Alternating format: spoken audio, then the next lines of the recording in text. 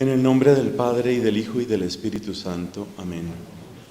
Dios te salve María, llena eres de gracia, el Señor es contigo. Bendita eres entre las mujeres, bendito el fruto de tu vientre, Jesús. Santa María, Madre de Dios, ruega por nosotros los pecadores, ahora y en la hora de nuestra muerte. Amén. En el nombre del Padre, y del Hijo, y del Espíritu Santo. Amén. En tiempo de Jesús, cuando querían hacer un elogio supremo, sublime, de alguien, particularmente del Mesías mismo, utilizaban la expresión Hijo de David. Así, por ejemplo, aquellos ciegos de Jericó gritaban diciendo: Jesús, Hijo de David, ten compasión de nosotros. Cuando el Señor entra en Jerusalén, también la multitud le aclama diciendo: Hijo de David, hosana al Hijo de David. Teniendo en cuenta que hubo tantos reyes, teniendo en cuenta que David no fue el primer rey, sino el segundo, teniendo en cuenta que David mismo cometió graves pecados, como sabemos, adulterio, asesinato, engaño, abuso de poder, llama mucho la atención que este rey tenga un lugar tan absolutamente central en lo que podríamos llamar el imaginario del pueblo judío. Eso no ha cambiado. Todavía en nuestra época, la estrella de David es la que está en la bandera del pueblo de Israel. Y es un símbolo tan querido por ellos que cuando se quiere representar al judaísmo de un modo breve o por medio de un símbolo, se utiliza la estrella de David. Así como nosotros utilizamos la cruz, así como los musulmanes utilizan el cuarto creciente de la luna. De modo que debe haber algo muy especial en este hombre, debe haber algo que lo hace absolutamente único. Es interesante ver que en la bandera de Israel, del Estado de Israel, no aparecen las tablas de la ley, no aparece el templo de Salomón, no aparece el cayado de Moisés, no aparece el don del maná, nada de eso. David, David y solamente David. ¿Qué es lo que hace tan extraordinariamente único a este personaje? Vamos a acercarnos con el favor de Dios a esa pregunta y a buscar una respuesta. ¿Qué es lo que lo hace tan completamente único? Debemos observar, queridos amigos, que en el curso de nuestro retiro estamos buscando a aquellas personas que tuvieron esa palabra que apareció en la primera charla, ¿no? La fascinación. Y realmente en el caso de David tenemos a un hombre fascinado por Dios. Y de ahí se van a derivar grandes consecuencias que yo creo que cubren incluso la respuesta que estamos buscando. Pero vamos por partes. Y las partes van a ser dos. Ustedes las tienen en el tablero a mis espaldas. Espero que se alcance a ver, a pesar de mi situación geográfica. La primera tiene que ver con aquello de lo que David está libre. Y la segunda tiene que ver con el centro, el lugar central que Dios tiene en la vida de este hombre. David es un hombre libre. Ustedes recuerdan que en nuestro personaje anterior en Moisés empezamos también por el aspecto de libertad. Y también ahí explicamos por qué hay que empezar por la libertad. Porque un corazón atado nunca será un corazón contemplativo. El corazón atado es el corazón que tiene como referencia central, que tiene en el trono de su alma a algo o a alguien, y así no se puede tener a Dios.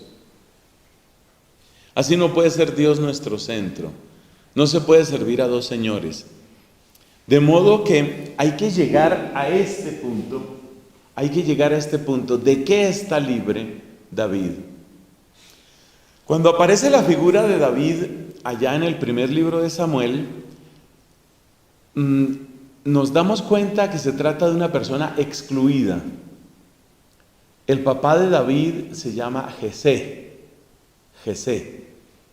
Y Jesé es un hombre que tiene ideales muy claros para sus hijos. Los 3 hijos mayores de Jesé ya están enlistados en el ejército de Saúl.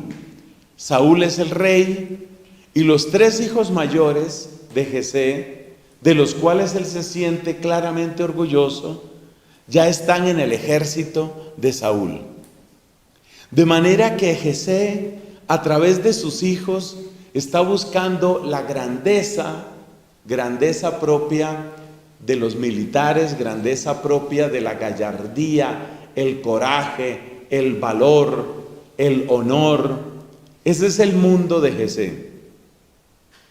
Por alguna razón que desconocemos, Jesé descarta a su hijo David, lo descarta. Es posible que en ese acto de desprecio esté un hecho, y es que quien piensa en la fuerza, quien piensa en la victoria militar, pues piensa en gente dura y ruda, piensa en guerreros y piensa en gente capacitada para la batalla. David parece demasiado débil y demasiado bonito. Así nos dice la Escritura, que David era de buena presencia, era bien parecido. De modo que el papá lo ve débil, lo ve pequeño, o por alguna razón que desconocemos, descarta a David, hasta el punto de que cuando el profeta Samuel va a la casa de Jesé, Jesé se asusta. Samuel es un hombre de Dios. La Biblia elogia a Samuel con estas palabras: ninguna de sus palabras llegó a caer. Todo lo que Samuel decía se cumplía, todo lo que Samuel disponía era realmente como mandado por Dios. De modo que cuando Jesé ve llegar a Samuel, se asusta porque dice: ¿ahora qué traerá este hombre? Esa preocupación de Jesé nos muestra otro rasgo de su personalidad. Es un hombre que tiene clara su ruta en la vida. Él quiere ascender socialmente a través de esta cercanía con el rey por la vía militar. Y teme que Samuel le vuelva borroso, le complique lo que para él es un camino ya bastante claro. De modo que llega Samuel y Samuel le dice: no, Dios ha elegido a uno de tus hijos como rey. Esa es la mejor noticia que podía oír Jesé. Inmediatamente le presenta a su hijo mayor. A ese hijo mayor se le ve, le brillan los ojitos, porque ya él se ve rey. Claramente es un codicioso. Samuel mira esa cara, Samuel mira esos ojos, Samuel mira esa actitud, y Samuel está buscando ver las cosas como Dios las ve, no como las ven los humanos. Evidentemente ese muchacho, o ese adulto joven, no debía ser tan muchacho, ese adulto joven tenía una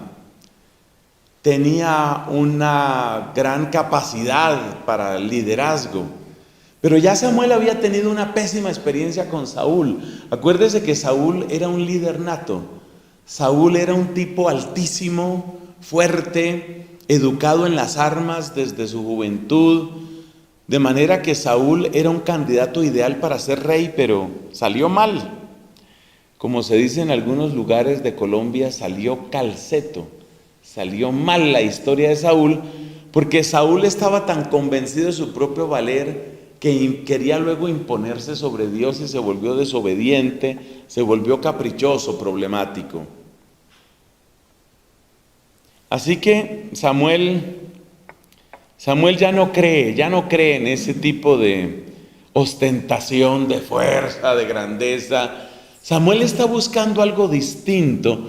Quizás si le hubiéramos preguntado no lo hubiera podido poner en palabras, pero Samuel tenía bastante claro lo que no quería. No quería otro codicioso, no quería otro caprichoso. Así van pasando los hijos de Jesé delante de Samuel, y Samuel a todos les ve las ganas, les ve, como se dice popularmente en algunos sitios, les ve las agallas, les ve el deseo, les ve la codicia. Samuel no cree en eso. Samuel no ve claro que haya ya realmente un elegido de Dios. Y entonces hace su pregunta: ¿no quedan más hijos? Ah, sí, ahí es cuando el papá se acuerda. Sí, queda el que está cuidando el rebaño. Y dice Samuel: no vamos a comer, porque obviamente ya Jesé tenía preparado el gran banquete, no es que ya quedó claro que no soy cualquiera, ya mi hijo es el rey. No vamos a comer nada, dice Samuel, mientras no venga ese hijo. Y tienen que ir a buscar a David por allá, a la porra, hasta que al fin lo encuentran, hasta que al fin vuelve. Y Samuel unge a David en medio de sus hermanos. Esa escena significa el principio de la reivindicación de David, pero aquí es donde aparece la primera palabra que hemos dicho. David es un hombre libre de resentimientos. En ninguna parte encontramos a David tomando una retaliación, una palabra irrespetuosa contra su padre, una palabra de descalificación frente a sus hermanos, nada parecido. David había sido excluido, había sido desheredado, había sido tratado como un peón siendo hijo. Y sin embargo, es un hombre libre de resentimiento. Esa es la primera libertad que él tiene. La maldad no ha logrado empuercar su corazón. El mal que ha conocido, el daño que ha tenido tan cerca, no ha tenido poder para envenenar su alma. Está libre de resentimiento. En el lenguaje carismático que conozco un poco, pues por mis orígenes en la fe, podríamos decir que David es una persona sanada por el Señor. El resentimiento, las heridas no caben en él. Y este es el primer elemento que yo creo que es muy importante si vamos a tomar en serio el tema de la vida contemplativa, el tema de la contemplación. Toda herida es una cadena, toda herida. Todo resentimiento es una cadena que te retiene. Es también un desangre. Así como físicamente una herida abierta es una pérdida continua de sangre, así también las heridas del alma, las heridas de nuestro pasado son desangres. Y a través de esos desangres se nos van las fuerzas, se nos va la vida. Uno quisiera pensar que en la vida cristiana y que en la vida religiosa esta clase de resentimientos no se presentan. Tristemente sí sucede. Sí hay personas que guardan profundamente, tan profundamente que a veces no se dan cuenta, pero esas heridas están abiertas. Una vez me contaba un hermano mío sobre el peligro de las heridas internas, las úlceras en el aparato digestivo. Y decía, es difícil cuantificar la sangre que una persona puede perder así. Una persona puede llegar a un estado anémico y no se da cuenta, porque por las condiciones del aparato digestivo, esa clase de sangre se confunde fácilmente con los desechos, de manera que uno no se da cuenta de que se está desangrando. Pero esos desangres, esas heridas sí suceden. Le voy a dar solamente 2 ejemplos. Algunas personas llegan a la vida religiosa con traumas, o al sacerdocio, con traumas, con malas experiencias de familia, por ejemplo, por papás ausentes, por papás distantes o por papás autoritarios. Y resulta que esa es una herida que la persona lleva. Y esa herida luego la proyecta. Esa herida hace que esta persona tenga una terrible dificultad para la obediencia. ¿Por qué? Porque está viendo en cada prior, en cada provincial, en cada obispo, sigue viendo su antigua pelea con ese papá grosero, ese papá abusivo, ese papá ausente, ese papá autoritario. Por eso yo creo que nosotros tenemos que pedirle mucho al Señor por nuestra sanación, porque esas heridas son como las úlceras del intestino o del aparato digestivo. Tú no tienes idea de la cantidad de sangre que estás perdiendo. Estás perdiendo tu vida. Y una persona se le puede arruinar la vida en cierto sentido por esa clase de heridas, esa clase de resentimientos. El otro ejemplo que quiero dar es el resentimiento social.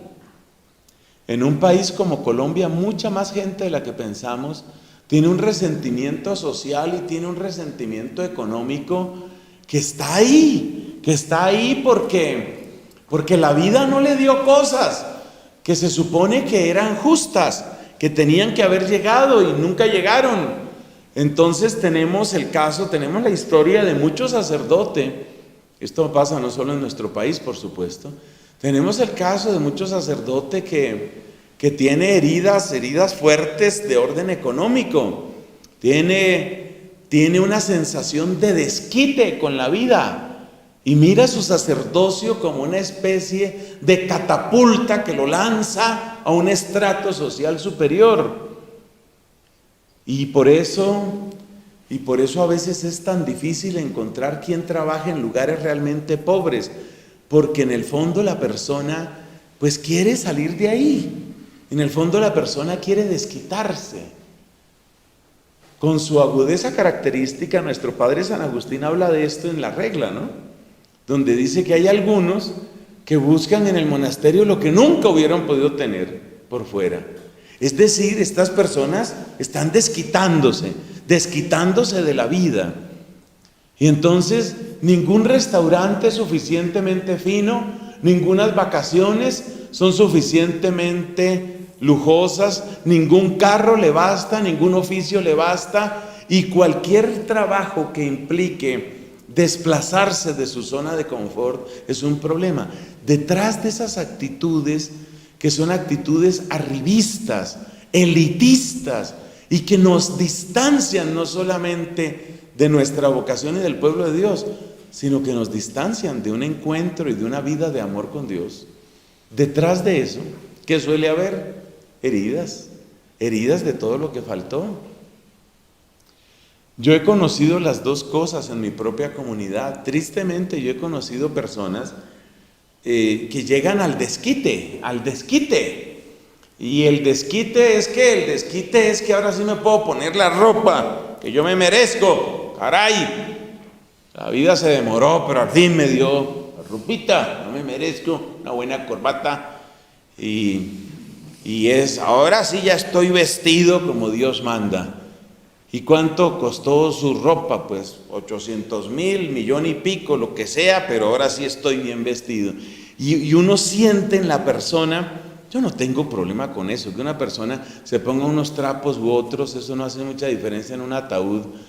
Pero lo que uno encuentra es que esa persona está desquitándose con la vida.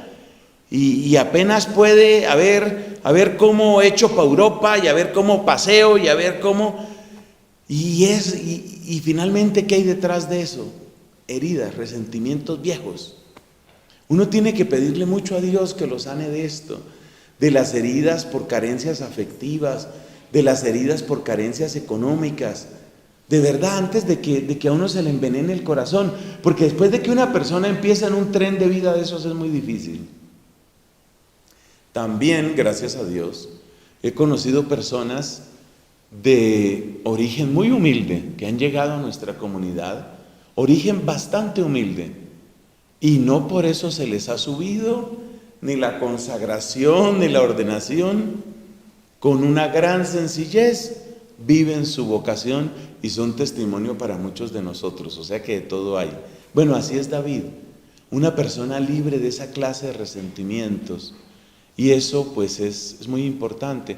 Examina qué tipo de conflictos tienes, hermano. ¿Tienes conflictos con la autoridad? Léase voto de obediencia. ¿Tienes conflictos con el manejo del dinero? Léase voto de pobreza. A veces conflictos afectivos. Porque resulta que la persona siente que fue despreciada. Esas heridas también emocionales, afectivas, propias de las relaciones de pareja, eso también lo marca a uno. Entonces, bueno, ¿un hombre qué? Un hombre libre de resentimientos, un hombre libre de venganzas. David es admirable, David es un hombre libre de venganza. Acuérdese toda esa pelea con Saúl. En un momento dado el rey Saúl puso a todo el ejército, puso todo el aparato estatal en contra de David. Y ustedes recuerdan, esto hay que leerlo despacio, por ahí en sus ratos libres, lean esa historia de David, es preciosa. 2 veces David tuvo a Saúl así, con toda la capacidad de matarlo. Una de ellas incluso fue muy, digamos, irónica, muy chistosa. Estaba David con sus hombres, con los pocos que le respaldaban, por allá en una cueva. Y resulta que entró solito el rey Saúl, porque necesitaba, siendo el rey y todo, necesitaba hacer sus necesidades. Allá entró Saúl pues a hacer su deposición y le dice, yo no sé si fue Joab o uno de sus amigos de aquella época, le dice Joab: este es el día en que el Señor te ha puesto a tu enemigo. Imagínense, entra Saúl solito, y ¿quién está más desprotegido que el que está haciendo sus necesidades?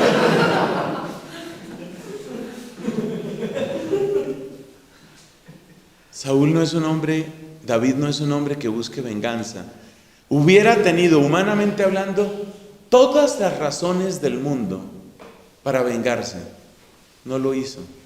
Luego vamos a ver que David no solamente tenía una psicología muy sana, sino que tenía razones superiores para evitar la venganza. Pero esto es maravilloso porque, claro, una persona que no tiene resentimientos ni tiene venganzas es un corazón libre, es un corazón que está desatado. Piensa tú que el deseo de desquitarte, el deseo de vengarte, el deseo de salirte con la tuya, lo mismo que el deseo de desquitarte con la vida, pues son cosas que te empobrecen notoriamente, son cosas que te amarran. ¿Cómo puede una persona extasiarse en la hermosura de Dios, gozarse en el Señor y entregarse por completo a su voluntad, si primero necesito romperle la cara a esos desgraciados que me la hicieron? Una persona así no puede avanzar. El que tiene un desquite, el que tiene una venganza, el que tiene por ahí un saldito que tiene que cubrir, esa persona no es libre. Y el que no es libre, digámoslo una vez más, es incapaz de llegar a una verdadera vida de contemplación. David es un hombre libre de maldiciones. Recuerden que ya después de que muere Saúl y David queda como rey, entonces de la familia de Saúl, un hombre que me parece que se llamaba Semeí, empieza a maldecir a David. David iba subiendo la cuesta del Monte de los Olivos y un hombre de estos, que era de la familia de Saúl, viendo a David en horas malas, empezó a maldecirlo y a tirarle tierra y a botarle piedras, y le decía: maldito, todo esto te pasa por haber usurpado el trono. David no se obsesiona con esas maldiciones, tampoco las rechaza. ¿Sabe cómo describo esto en mi lenguaje así pues coloquial? Yo digo, David es un hombre que no se enreda, porque todos esos son enredos, todas esas peleas y codicias y maldiciones, todos esos son enredos. David es un hombre que no se deja enredar el corazón, excepto cuando se le enredó, pero no se dejaba enredar el corazón. David no se deja enredar el corazón en venganzas, en maldiciones. Le echan maldiciones, lo maldicen en el nombre del Señor. ¿Y qué dice David? Pues quizás Dios cambiará en bendiciones estas maldiciones que hoy nos están arrojando. No se desquita, no se venga, no se obsesiona. Hay una frase muy bonita de Santa Laura Montoya, nuestra querida colombiana ya canonizada. Hay una frase muy bonita. Dice ella: yo dejo que pase lo que pasa. Lo que pasa, es decir, lo que llega y se va. Yo dejo que pase lo que pasa y yo me quedo con el que no pasa. Esa frase es de Santa Laura Montoya. Viene muy a punto aquí. Podríamos decir que David es un hombre que deja que pase lo que pasa. Entonces no se enreda, no enreda su corazón con resentimientos, con venganzas, con desquites, con obsesiones, con peleas. Es terrible, un corazón amarrado es terrible. Necesitamos liberar el corazón, un corazón que no se enrede, un corazón que suelte, que suelte. En el Padre Nuestro, si usted mira la versión griega, en lengua griega, en su lengua original, usted ve que el verbo que se utiliza para perdonar es el verbo soltar. Soltar. Es el verbo soltar. Y es muy importante esto porque el perdón en el fondo es eso. El perdón es: no quiero cargar ese muerto, no quiero cargar ese bulto, no quiero cargar ese fardo. Una persona me ofende, eso me duele, pero el no perdonar es seguir cargando la ofensa. Dicen que hay un proverbio chino. Yo creo que la gente habla de proverbio chino cuando no sabe de dónde viene el proverbio. Hay un proverbio chino que dice: tu enemigo te hirió una vez, tu recuerdo 1000 veces. Entonces, dice el Padre Nuestro que hay afes, gemín, taofeilemata, gemón. Afes, gemín, taofeilemata, gemón. Ese ofeilemata es lo que se traducía antes como deudas. Entonces, es el soltar, es el soltar. Y eso es lo que quiere decir aquí esto. El corazón contemplativo tiene que ser un corazón que esté desatado, que suelte, que suelte.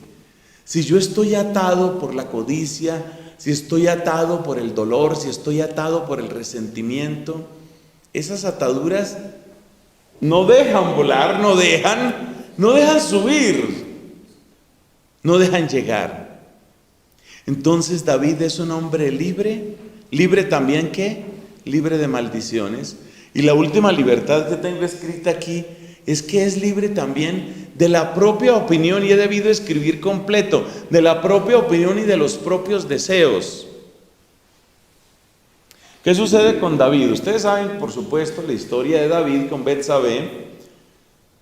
David se obsesiona, ahí fue infiel a sus principios, se obsesiona con Betsabé, organiza todo para poder estar con esa mujer, que se puede decir que fue la mujer que él realmente amó, a pesar de que la relación empezó tan mal.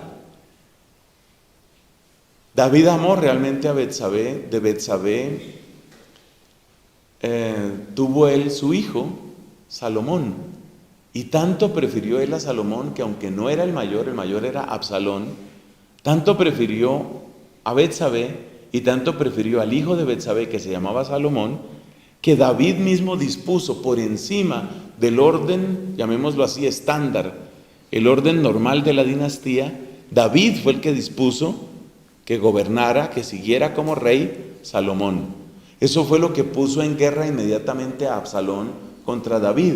Esas historias es bueno leerlas, a mí me parece muy agradable y muy instructivo, y por supuesto una santa ocupación leer todos estos relatos. Ustedes encuentran todo eso en el primero y segundo libro de Samuel. Ahí está todo lo que estamos contando. Entonces, ¿qué sucedió?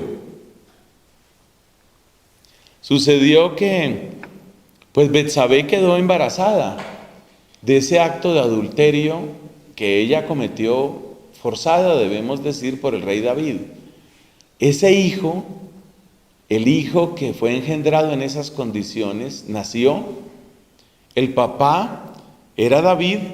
El esposo de Betsabé ya había muerto porque David, pues, había arreglado las cosas para que mataran a Urías, que era el esposo de Betsabé.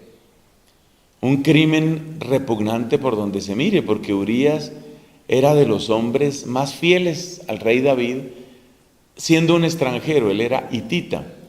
Entonces, Betsabé quedó embarazada, como sabemos, el hijo nació, pero ese hijo estaba muy enfermo. Y David empieza a orar, y empieza a orar, y empieza a suplicar, y le clama a Dios que ese hijo se sane, se sane, se sane. Pero el hijo se muere. Pero el hijo se muere.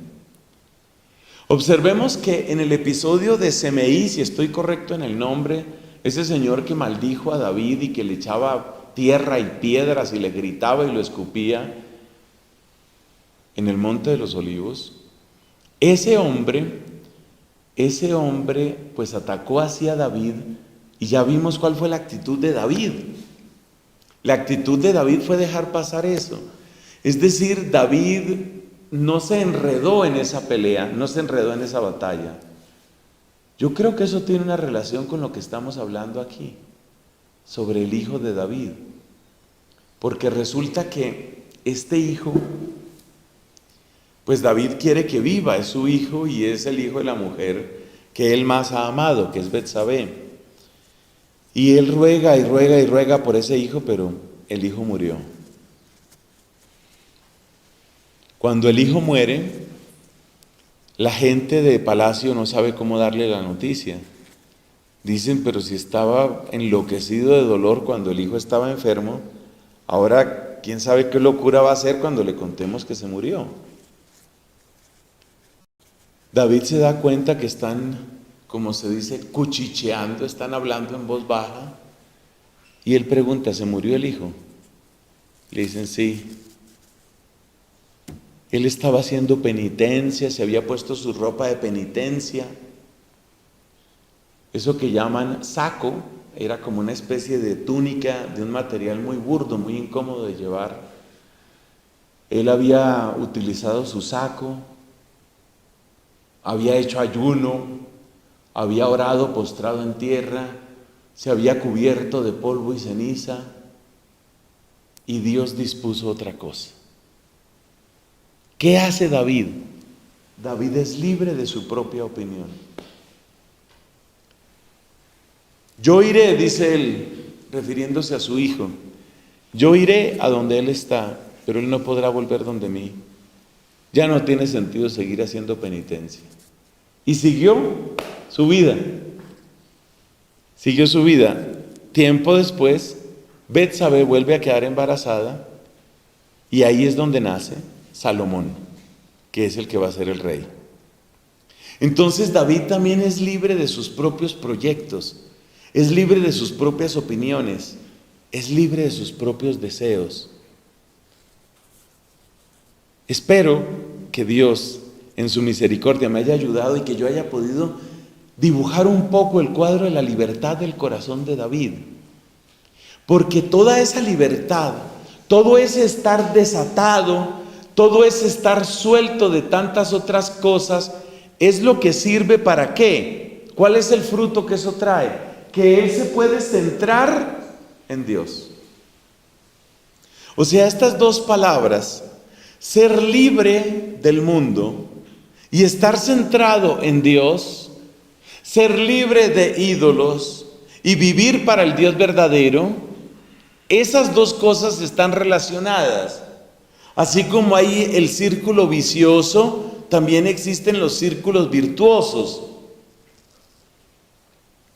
De manera que hay hay prácticas, hay virtudes que se refuerzan la una a la otra. Y eso lo podemos ver en este caso. Nos damos cuenta que efectivamente, hay una relación entre el corazón libre y el corazón centrado en Dios. Libre de las cosas creadas, diría nuestro padre Agustín, libre de las criaturas, centrado en el Creador. Precisamente de San Agustín viene aquella definición de lo que es pecado y de lo que es conversión. Pecado, dice San Agustín, es aversio a Deo et conversio ad creaturas. Le doy la espalda a Dios y me vuelvo hacia las criaturas. Fíjate la relación que tienen las dos cosas. Cuando cancelo a Dios, me vuelco sobre las criaturas. Pero luego describe lo que es la conversión, lo que es la penitencia, lo que es el retorno. Es aversio a creaturis et conversio ad Deum. Entonces, aversio a creaturis es esta libertad. Et conversio ad Deum es este centrarse. O sea que podemos ver una relación entre estos aforismos de San Agustín y lo que encontramos en David. Cuanto más libre es un corazón, cuanto más desapegado, cuanto más desatado del mundo, más apegado, más aferrado, más unido al Dios verdadero. Eso no falla, eso no falla. Eso tiene que ser así. Y se refuerzan mutuamente. A medida que me enamoro más de Dios, a medida que me gusta más buscar su voluntad, proclamar su gloria, a medida que me centro más en Dios, descubro con mayor facilidad que las criaturas no llenan. Una persona, pues sí, una persona puede ser bonita, puede ser buena compañía, pero llenar el corazón, llenar mi corazón, creo que no lo llena. No es desprecio a las criaturas, es supremo aprecio por Dios. Entonces, cuanto más se centra uno en Dios, más libre se vuelve de ese tipo de codicias.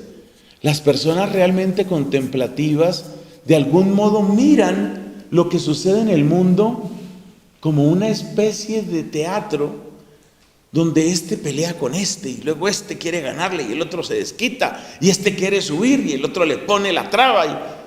Es como una historieta.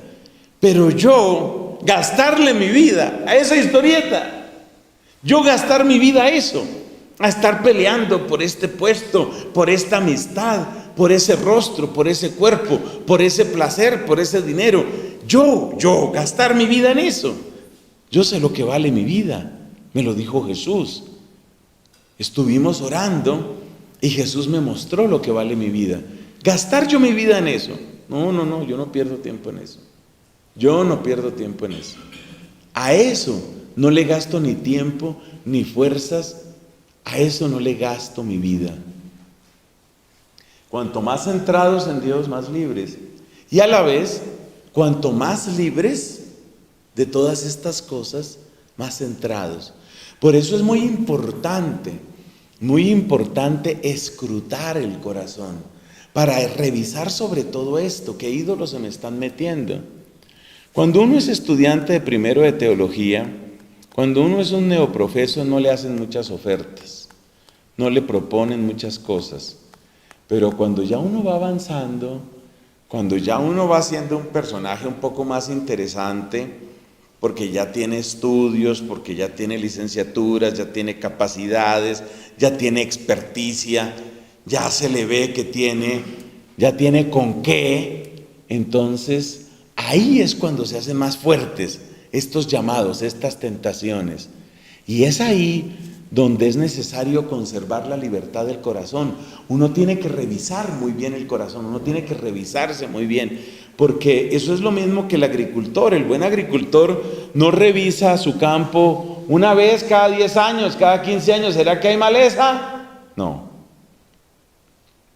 El buen agricultor cada cuánto revisa, con bastante frecuencia. Con bastante frecuencia está revisando, mire, aquí otra vez salió maleza. Por algo la iglesia quiere que uno todas las noches en la oración de completas haga un examen de conciencia. Es eso, es escrutar y es revisar qué codicias se me están metiendo, qué idolatrías que estoy perdiendo, cuál es el estado de mi fascinación por Dios. Esa pregunta hay que hacérsela. ¿Cuál es el estado? Tomémosle el pulso. A ver, el pulso a mi fascinación por Dios, ¿cómo va eso? Mal, va mal. Realmente me da como pereza, estoy cumpliendo por cumplir, estoy mediocre. No, vamos a decir por caridad que estoy tibio, pero realmente deberían llamarme cubo de hielo. Estoy helado, estoy lejos del Señor. Bueno, ¿y cómo van mis intereses? ¿A qué es lo que hace que me bailen los ojos? ¿Qué es lo que hace que yo diga, uy, eso ya está bueno? ¿Qué es? ¿Es una persona? ¿Es un puesto que me ofrecieron? ¿Es un nombramiento que me van a hacer? Uno tiene que escrutar el corazón. Por eso dice nuestro Padre San Agustín, que yo me conozca, Señor, y que yo te conozca. Que yo me conozca, porque hay que escrutar. Entonces, cuanto más libre de las cosas, más centrado en el Señor. Cuanto más centrado en el Señor, más libre de toda idolatría. ¿Cuáles son los centros que aparecen en la vida de David? Aparecen varios. David aprendió a centrarse en Dios de un modo paradójico. Resulta que la familia, dijimos, lo despreciaba, ¿no? La familia lo tenía en menos, y eso significa que la familia, pues, lo había mandado a cuidar ovejas.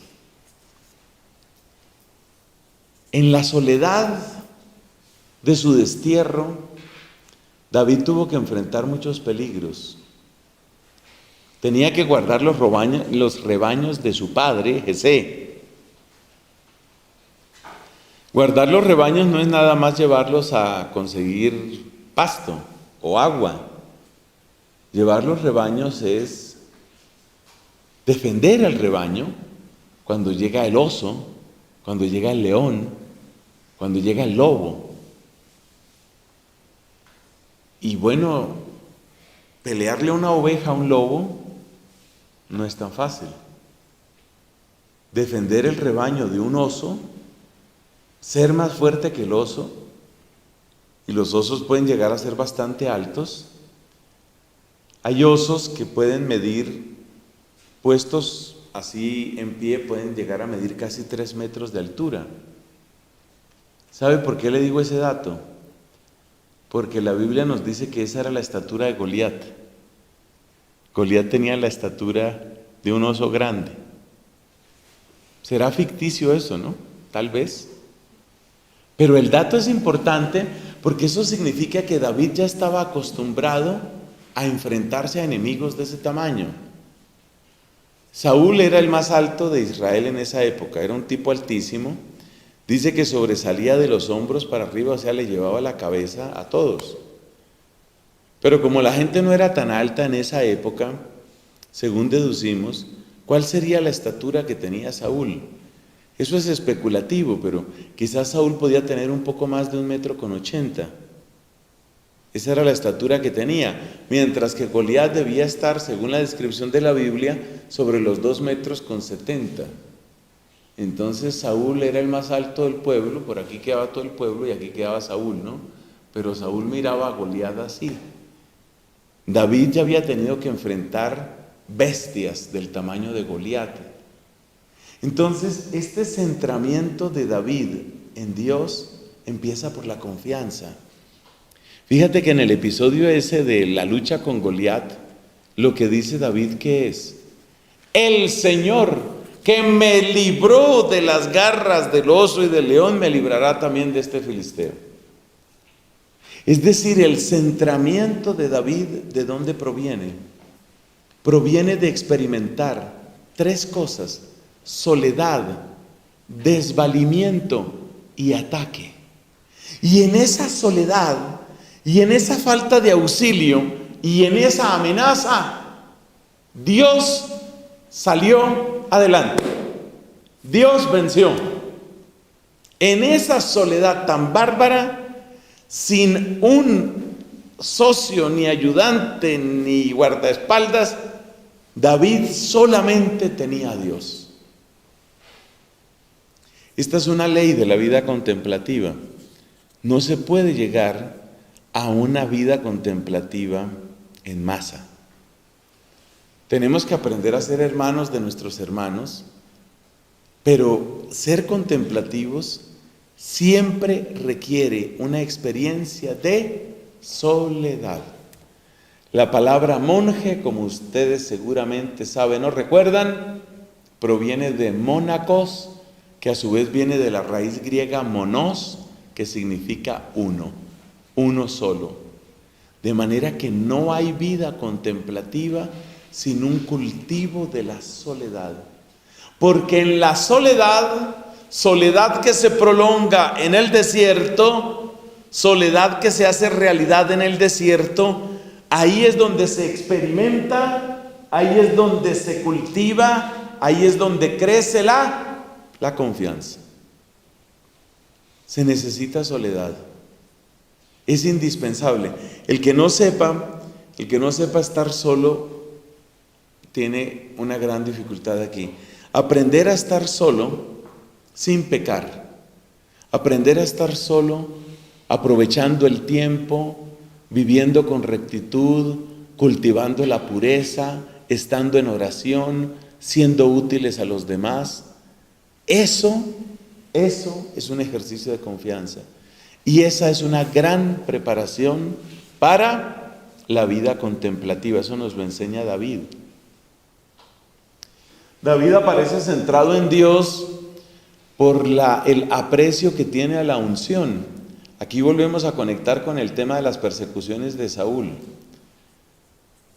¿Cuál es el argumento que David le da a sus compañeros de lucha cuando le dicen, mira, te lo puso ahí está, listo? Y le dice, me acuerdo que en uno de esos episodios le dice, yo sigo creyendo que es Joab, que era el general de David, le dice, mira, no voy a tener que intentar 2 veces, de una, ya, de aquí con la lanza, dime, ya, la boto, la lanzo la lanza. Y David le dice, no, yo no voy a alzar la mano contra Saúl. ¿Por qué? Porque es el ungido. Es por respeto a la unción. Es decir, David no mira la pelea simplemente como usted contra mí, yo contra usted. Vamos a ver, píntela, yo la coloreo.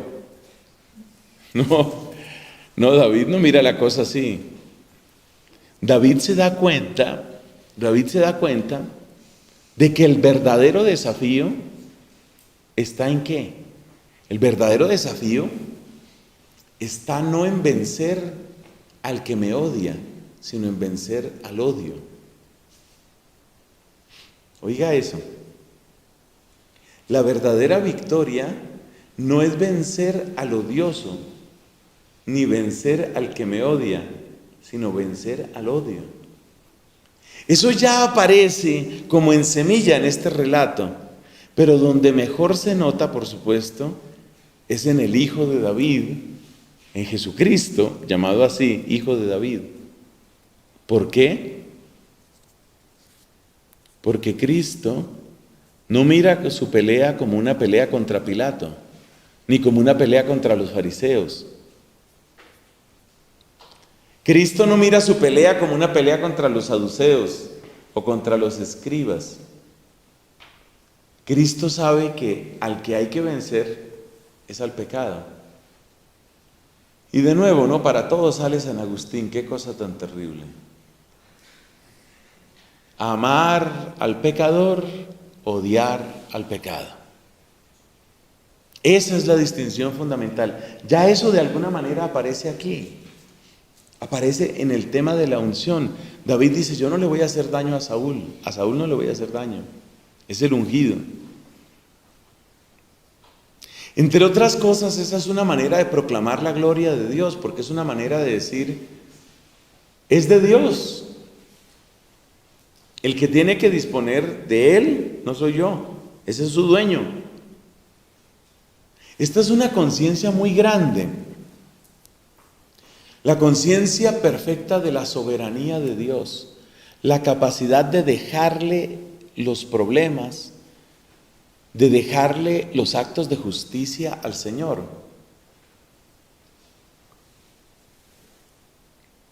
Y ese es el sentido real y profundo de lo que dice Cristo con la frase, no juzguéis.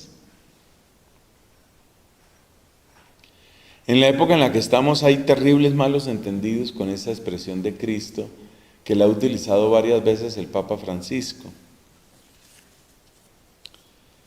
Mucha gente cree que no juzguéis significa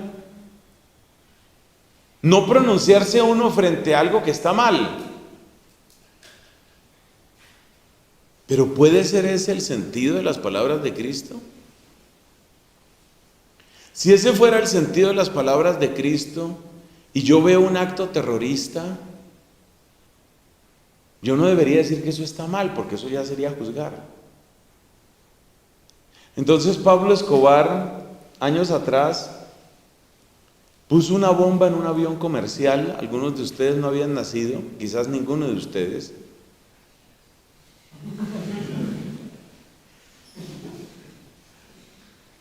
Pablo Escobar, narcoterrorista capaz de sobornar a multitudes a base de darles regalos a los pobres y darles tierras y casas a los pobres para tenerlos de su lado. Pablo Escobar, tristemente recordado narcoterrorista colombiano, puso una bomba para estallar un avión. Que ahí mueren 150 inocentes, no me importa, pero ahí maté a mi enemigo. ¿Eso está bien o está mal? No juzguemos a Pablo Escobar. No lo juzguemos. A Pablo Escobar hay que acogerlo y hay que incluirlo. Inclúyalo y acójalo. La verdad es que la gente está utilizando el lema de no juzgar es únicamente para los pecados sexuales. Ahí es donde se aplica el no juzgar. Porque si se les dice, ¿a usted le parece correcto que una persona secuestre a una niña, la viole hasta matarla? ¿Le parece bien hecho eso? No, eso es una aberración, eso es un crimen, que haya pena de muerte, acaben. Entonces, ¿y eso no es juzgar? No, pero es que eso es juzgar. Entonces la frase de Cristo sobre no juzgar no se puede entender como que uno no se puede pronunciar sobre los hechos. El mismo Cristo juzgó un montón de veces, claro. Juan el Bautista juzgó un montón de veces. Pablo juzgó un montón de veces. Cuando en la comunidad de Corinto, lean ustedes capítulo 5 de primera carta a los Corintios, donde en la comunidad de Corinto resultó por ahí un tipo viviendo con la madrastra. No, pues, mamita, usted me está gustando mucho. Y empezó a vivir con la madrastra. Y listo. Redefinamos roles. Redefinamos roles. Su merced deja de ser la madrastra y empieza a ser la esposa. Yo dejo de ser el hijastro, empiezo a ser el esposo. Hoy a las 8 empezamos. Redefinamos roles. Y empezó el tipo tranquilo a vivir y listo, a acostarse con la madrastra. Ahora, venía el problema psicológico de cómo serían los hijos de la madrastra, claro. Porque en cuanto que es madrastra, entonces ese que nace ahí sería hermanastro. Pero en cuanto que yo lo engendré, sería hijo. Entonces es medio hermanastro, medio hijo. Ahí vienen unos problemas de lenguaje muy complicados, pero el tipo tranquilo, ningún problema. Y así se presentaba en misa, con su cara bien lavada. Se presentaba en misa, que no había misa en esa época, sino la fracción del pan, ¿no? El tipo se presentaba a la fracción del pan, iba ya de gancho con la que había sido madrastra y ahora era la esposa o esposastra, o yo no sé cómo se llamará eso. Y todos tranquilos, porque eran incluyentes, tolerantes, tranquilos. ¿Y qué dice Pablo? Ese nivel de aberración ni siquiera entre los paganos. Me hace el favor, a ese tipo lo sacan ya. queda excomulgado. Esa es 1 Corintios. ¿Qué? ¿Le faltó misericordia a San Pablo o qué? No. ¿Y Pablo está juzgando? Pues sí. ¿Y entonces qué queda lo de no juzgar? Toda esta explicación sobre lo del juicio tiene que ver con una aclaración. La expresión de Jesús, no juzguéis, no significa que uno no pueda pronunciarse sobre los hechos. Porque todo el tiempo ustedes y yo, y los que nos critican, y los que detestan a la iglesia, y los que quieren al Papa Francisco, y los que detestan al Papa Francisco, todo el mundo hace juicios todo el tiempo. Juicios en el sentido de pronunciarse sobre qué es bueno y qué es malo. El mismo Papa Francisco, a pesar de que haya dicho, ¿quién soy yo para juzgar a un homosexual que esté buscando la voluntad de Dios? Porque esa es la frase completa. El mismo Papa Francisco, que utiliza ese lenguaje tan suave con los homosexuales, cuando habla con los mafiosos los manda al infierno. Entonces uno le podría preguntar al Papa Francisco, bueno, ¿y qué? ¿Y qué pasó con lo de no juzgar? Cuando dice usted que los mafiosos y no sé qué, si no se convierten irán al infierno, a eso sí se le puede mandar al infierno y los otros no. ¿Cómo desenredar esa frase? Ay, Dios mío, ¿yo por qué resulté en esto, hombre? ¿Cómo se desenreda esa frase? Le voy a explicar, tenga paciencia. Nosotros llegamos a ese tema porque estábamos hablando de la unción, ¿cierto? La unción. Y estábamos diciendo algo muy importante. Estábamos diciendo que David le deja el tema a Dios. Pregunta, ¿David sabía que Saúl estaba obrando mal? Sí. ¿David dijo en algún momento que Saúl estuviera obrando bien? No. ¿David dejó ambigüedad sobre si el comportamiento de Saúl era bueno o era malo? Nunca. ¿David dejó claro que el comportamiento de Saúl era criminal? Por supuesto. Entonces, ¿qué fue lo que no hizo David? Lo que no hizo David fue tomar el lugar de Dios. Ahora sí estamos entendiendo. Es que esto hay que entenderlo desde la lengua hebrea. En la lengua hebrea, el juez por excelencia, el único juez es Dios. Y juzgar, ¿qué es juzgar? Tomar el lugar del juez. Entonces, la ejecución de la justicia o el pronunciamiento de una sentencia definitiva sobre un culpable, solo Dios lo puede hacer. Entonces, ¿qué significa la frase de Cristo? No juzguéis, ¿qué quiere decir? ¿Qué quiere decir esa frase? Esa frase quiere decir lo siguiente, quiere decir no tome usted el lugar de Dios. Porque usted no sabe en dónde va a terminar esa vida. Porque usted no puede pronunciar sentencias sobre esa vida. Usted puede ver que esa persona es un mafioso, que esa persona es un pederasta, que esa persona es un violador, que esa persona es asesino de niños discapacitados. Usted puede ver todo eso. Y sin embargo, usted no sabe en dónde va a acabar esa historia. Usted no debe pronunciar sentencia definitiva sobre esa persona. Según eso, ¿cuál es la traducción correcta? ¿Cómo deberíamos traducir de modo correcto la frase del Evangelio? No juzguéis y no seréis juzgados. ¿Cómo habría que traducir eso? Esa frase habría que traducirla de la siguiente manera. Fíjese la frase tan larga que voy a tener que decir, pero le va a servir porque sobre estos temas hay muchos malos entendidos. Y repito, la gente aplica toda esa actitud blanda con el tema sexual, porque con los otros temas, sobre todo si es atacar a la iglesia, a machacarse, dijo. Entonces, ¿cómo habría que traducir la frase? A ver, Jesús, ayúdame, mire, la frase completa hay que traducirla de esta manera. Si reconoces que solamente Dios es el Señor, reconoce también que el destino final y la sentencia sobre la vida de cada persona le pertenece solamente a Dios. Y si eso tú reconoces y así proclamas la majestad del Señor, el mismo que es dueño de todas las vidas es también el que rescata tu propia vida.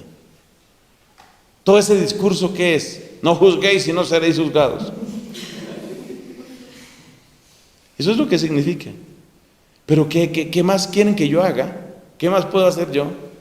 Si no juzgar significa eso, no tomen el lugar del juez, no tomen el lugar de Dios.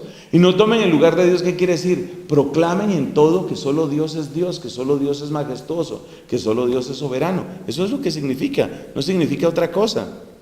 Busquen ustedes, por favor, en los lenguajes, en un buen diccionario, en una buena concordancia hebrea y un buen diccionario, busquen lo que significa juzgar y lo que significa juez. Yo no me estoy inventando nada. Entonces ahí es donde está el tema. Entonces, ¿quién es el que ha practicado en el Antiguo Testamento lo de no juzguéis y no seréis juzgados? Que lo acabo de explicar con esa frase largota. Reconocer la majestad de Dios y que solamente Dios es el que puede pronunciar sentencia definitiva sobre alguien, significa acogerse al poder de ese Dios para mi propia salvación. Eso es lo que significa tener como centro la unción. Proclamar la grandeza y la majestad de Dios. Se ve que Dios es el centro de David en su manera de alabanza.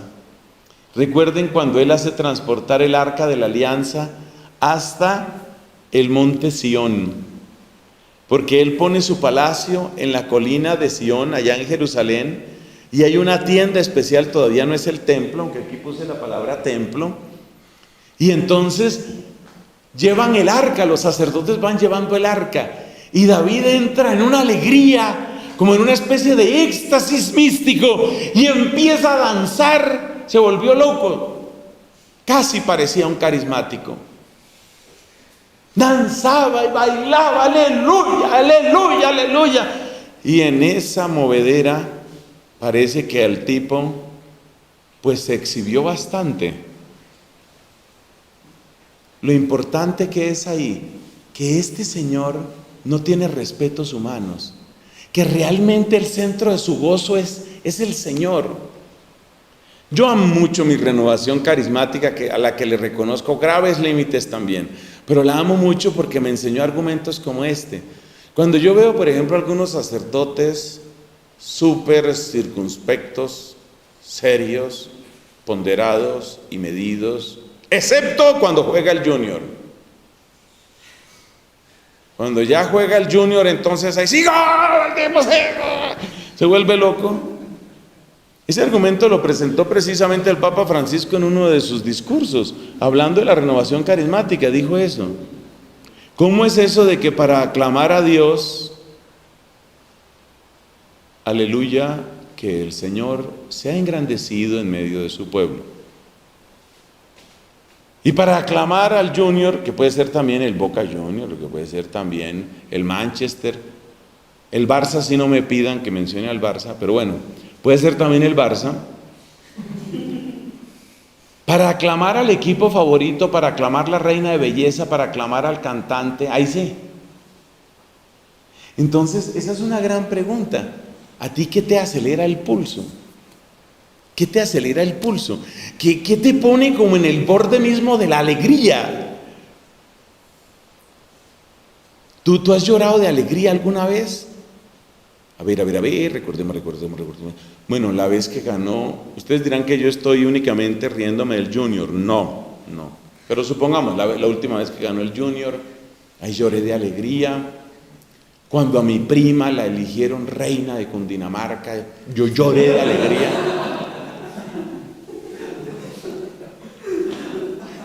Entonces, ¿qué es lo que a ti te alegra? Es que seamos reales. ¿Te acuerdas que dijimos desde el principio que queríamos ser concretos, no? ¿Qué es lo que a ti te alegra? Tú sientes así gozo, pero gozo, no un gozo puramente aquí cerebral, ¿no? Por supuesto, yo tengo enorme gozo cada vez que me acerco. Es indudable que el convite eucarístico proporciona una inmensa alegría que llega a mi corazón, se va rápido, pero llega. Y cuando usted, por ejemplo, está jugando un partido de fútbol y le da duro a esos dominicos, ahora sí nos desquitamos.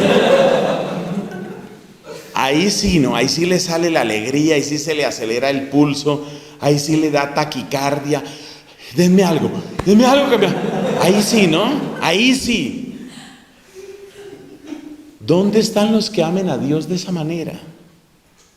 ¿No será que uno le puede pedir a Dios que le regale un amor fuerte, fuerte? Un amor así, un amor grande. San Francisco de Asís oraba y lloraba diciendo: mi Dios y mi todo. ¿Cómo será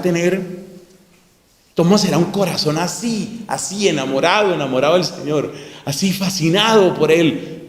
Eso es lo que vemos ahí. Luego lo vamos a ver en los Salmos, porque nuestras dos siguientes predicaciones son sobre Salmos donde se plasma esto. Ahí aparece también la añoranza, por eso no me detengo en este momento. Y ahí aparece el ansia de la casa de Dios. Cuán deseables son tus moradas, Señor de los ejércitos.